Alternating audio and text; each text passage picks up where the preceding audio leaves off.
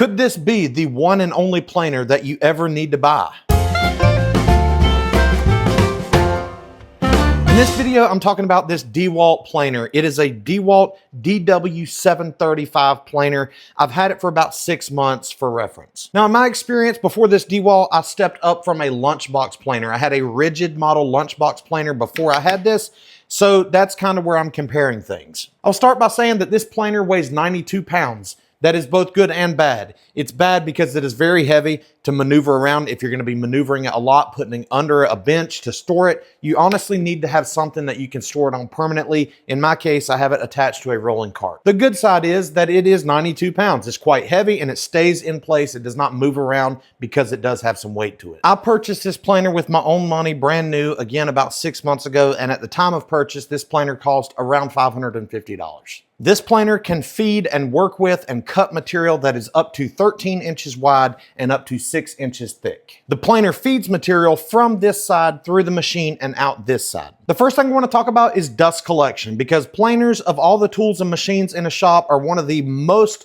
producing dusty machines. They produce a lot of sawdust. You're literally shaving chips off of the workpiece. This machine has a built-in dust port that can accommodate a 2.5-inch hose or a 5-inch hose. No special adapters are needed. The adapter to do either one of those sizes comes with the machine. I would say that this machine's dust collection is nearly perfect. Out of 100, I would say probably a 93 and 94. In fact, the only dust chips that are not collected in the system are those that shoot out from down here at the bottom, which is very, very minimal, especially if the blades are sharp. The next thing I want to talk about is adjusting the height of the depth of cut on this, and it's simply done by cranking this handle on the side. It's a very smooth movement, but yet feels very high quality, and again, it glides very well. It actually moves on all 4 corners up and down on these threaded rods. Some lunchbox style planers have a release latch or an unlock that you have to do before making your adjustment. This one does not do that. As soon as you adjust it, it stays in place.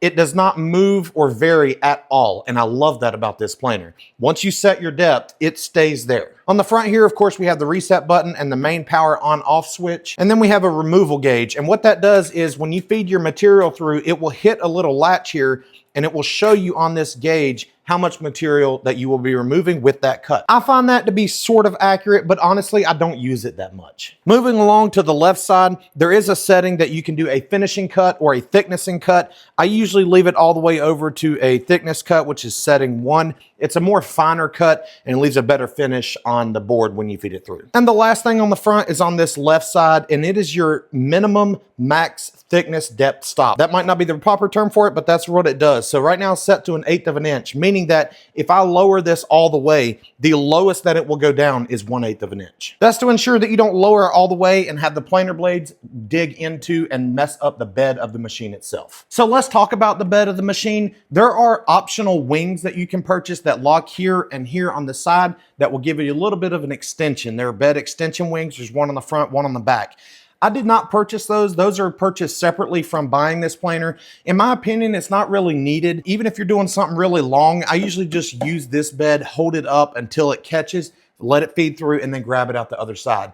If you are doing something fairly long, you may consider that, but again, they're stamped aluminum, and in my opinion, just not the best quality. The bed of the machine itself, though, I would consider of very high quality, and it is perfectly flat. It's all one solid piece. There's no adjustments to be made. So sometimes when you have to true up your planer due to planer snipe, etc., you have to make those adjustments by raising this up, putting a level in, and making sure this face and this plane is completely flat. In this case, there's no need to worry because straight out of the box, this is all one solid piece from here all the way to the back side. There's no adjustment needed. It does appear to be stainless steel stamped on the inside here, a thin layer, but again, it's built into the casted material, which is all one solid piece from here, around this base, and around the outside. Looking here at the top of the planer, there are some reinforced plates here and here so that if you take material out this side, you can lay it back across here without damaging the plastic. This is some sort of metal material, whereas the yellow is plastic. These plates are actually very handy to keep your material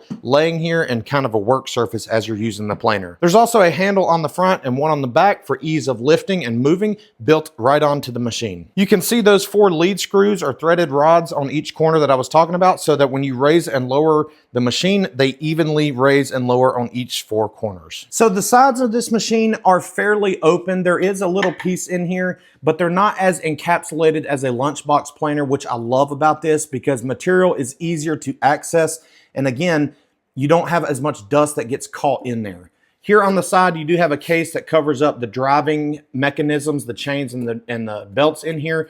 And again, it keeps it very protected with a hard plastic material. Moving along to the back of the machine, one criticism or one thing I would love to see changed is that instead of the dust collection being facing straight out like this, is if the port were to have some sort of elbow or 45 putting it over to the side. You see how I have my hose coming straight out, but then kind of over here so that the board can come out. If the hose was straight down like this, it would continue to hit that hose. There are certainly design files and aftermarket pieces that do that, but it would be nice to have it built right onto the factory standard from DeWalt. Looking here at the top of the machine, the wrench is built straight into this. This is a little Allen wrench and it has the magnets here for removing the blades.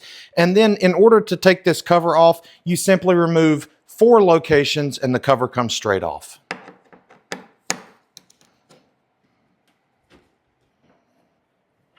When removing this cover, these bolts don't actually come all the way off. They just come loose. And I love that because then you're not going to misplace them or lose them. You loosen them up, but they stay right in place and they stay with this cover.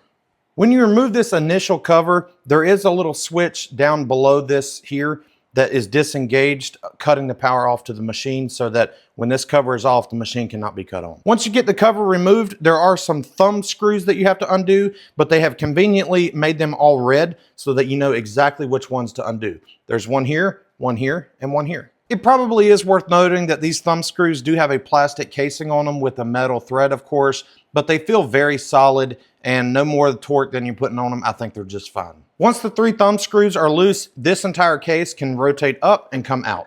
When that case does come out, it disengages this little safety switch right here so that the machine doesn't accidentally cut on. You now have access to the blades, which again, you can disengage temporarily over here with the safety switch and rotate them and lock them in place where they don't move. Then you can use your screw to undo each one of these screws for the blades, take the cover off, and then use your magnet to take the blade off. You can either replace it or just flip it around, put it back down. Each blade has 2 useful sides, so when one goes dull, you still have another side to use before you have to get new blades altogether. There are 3 blades total, and the pack of 3 blades replacements are available on Amazon as well as the big box stores pretty much everywhere. I really like how easy it is to access the blades on this machine. You see how the wires are neatly tucked out of the way behind covers. There's nothing dangling in the way. There's no confusing excess amount of screws.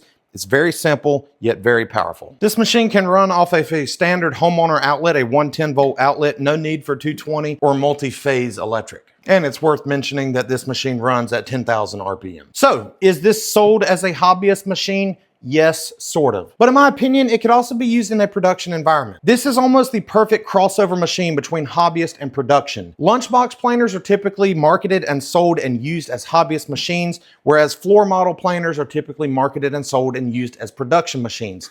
Honestly, this is about the perfect crossover. It has comparable power and specs and sizing to a production model at a fraction of the cost. These are also available at big box stores, not a specialty woodworking machine store that you would have to purchase a floor model. So even if you are just starting out and you're just a hobbyist right now, but there's any chance that you will be moving into a production or a business in woodworking, I would absolutely recommend this DeWalt Planer. Yes, it's a few more dollars up front, but for what you get, the extra money is absolutely worth it. There are in fact upgrades that you can do to this, including a spiral or helical head, which would enhance this machine even more. I haven't done those upgrades yet, but I'd like to in the future. The spiral or helical head will not only give a cleaner, faster, more efficient cut, but it would also lower the noise level when operating this machine by at least a little bit. So did I miss anything on this machine that's worth mentioning? Let me know in the comments below. Thank you so much for watching, and I look forward to hearing what tool review that I should do next. Take care.